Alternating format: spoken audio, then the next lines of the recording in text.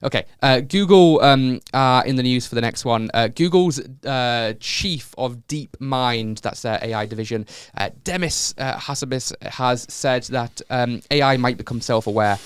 He said that it's one of the most fascinating scientific things that we are going to find out on this journey of AI. So Google not ruling out the possibility of AI waking up, AI becoming sentient.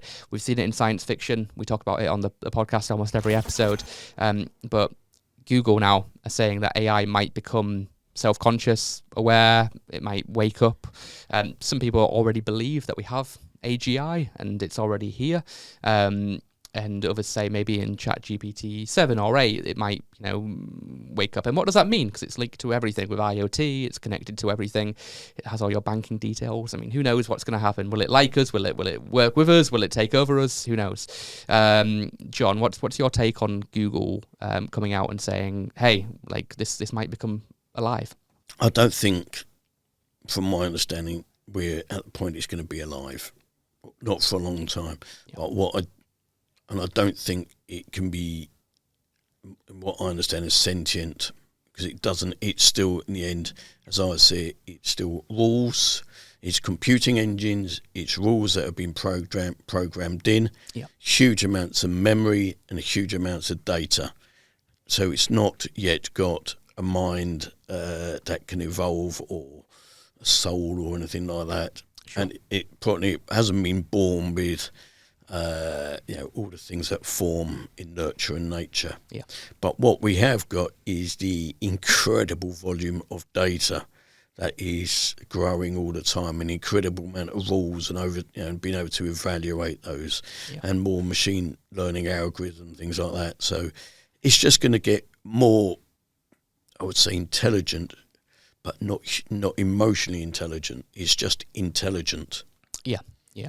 I mean, the question is consciousness uniquely biological? Or if you give enough computing power to something, does it then wake up in the same way that we are aware, basically? But it's only aware of the data it's got and what's in its memory and the rules it's got. It's not aware that says it can't wake up and go, oh, it's Friday and I'm Alfie.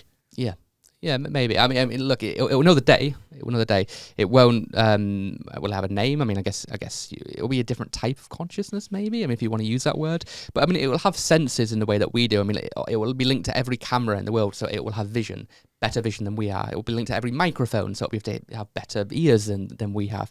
I mean, it can't really feel anything. I mean, maybe with that sensation needed when you're a digital form.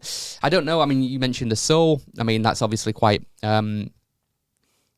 philosophical, spiritual. Is there a soul? Is that a concept? Is that a real thing? Big kind of ties into religion. I mean, like, I agree with you that it's not awake now, but I don't know if it will one day. Maybe Google are onto something. Well, what's your take on the story, Joe? I think if we continue working on it long enough, we can get to the point where we could create consciousness, but then there's partly the question of whether we should. Yeah. We might decide it's unethical to do it, and we don't do gene modification because we think that's unethical, even though we could. Yeah, so there are some things that we have a ban on, right? And you say that's a great example, gene modification, but there will be some countries that are secretly doing it. Like China could probably do anything at this point, right? Because I know the US, the UK, we haven't really, we've banned that, like cloning and stuff. It's just not something that we really do, but there'll be some countries that probably are way more advanced in that area than we are.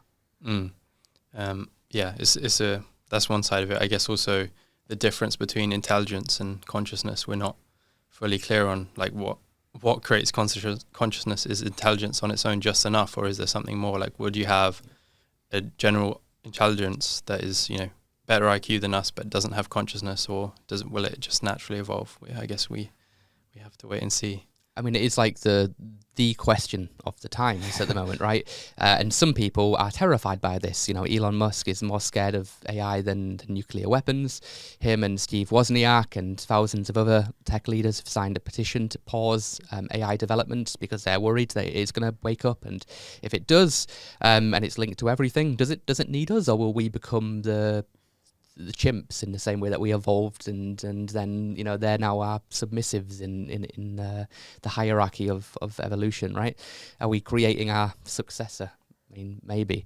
Does AI excite you, or does it more scare you? If you had to lean in one direction, what would you say, John? It's a very good question. Mixture of both. I think we've got to remember it's to use it as a tool, so it can be used in a good way and a bad way. It's certainly, I don't look at it as an ultimate threat, and I don't look at it as a panacea. But what I do worry about is if it's not properly regulated or slowed down and given a consideration, like Elon Musk is talking about, is if it just carries on at a pace we cannot predict what the impact's going to be. Yeah.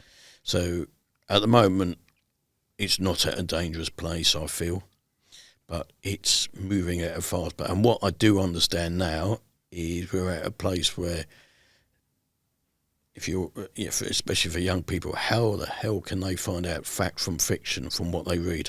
Yeah. How do they know it's been, can see things and it's not been written by a human? How do they know what's true and what's not? How can you find out? Yeah, I mean, it'll be impossible. Pretty soon you won't know what's real or not, will you? I mean, there'll just be so much information online. AIs that on scale that can create misinformation, and if you are trying to sow a narrative into like Twitter or something and onto social media, you could have fake accounts, bots, or with deep fake videos saying the same thing, and variations of that, and that all could be AI generated, and that could sway narratives and political opinions and that sort of thing.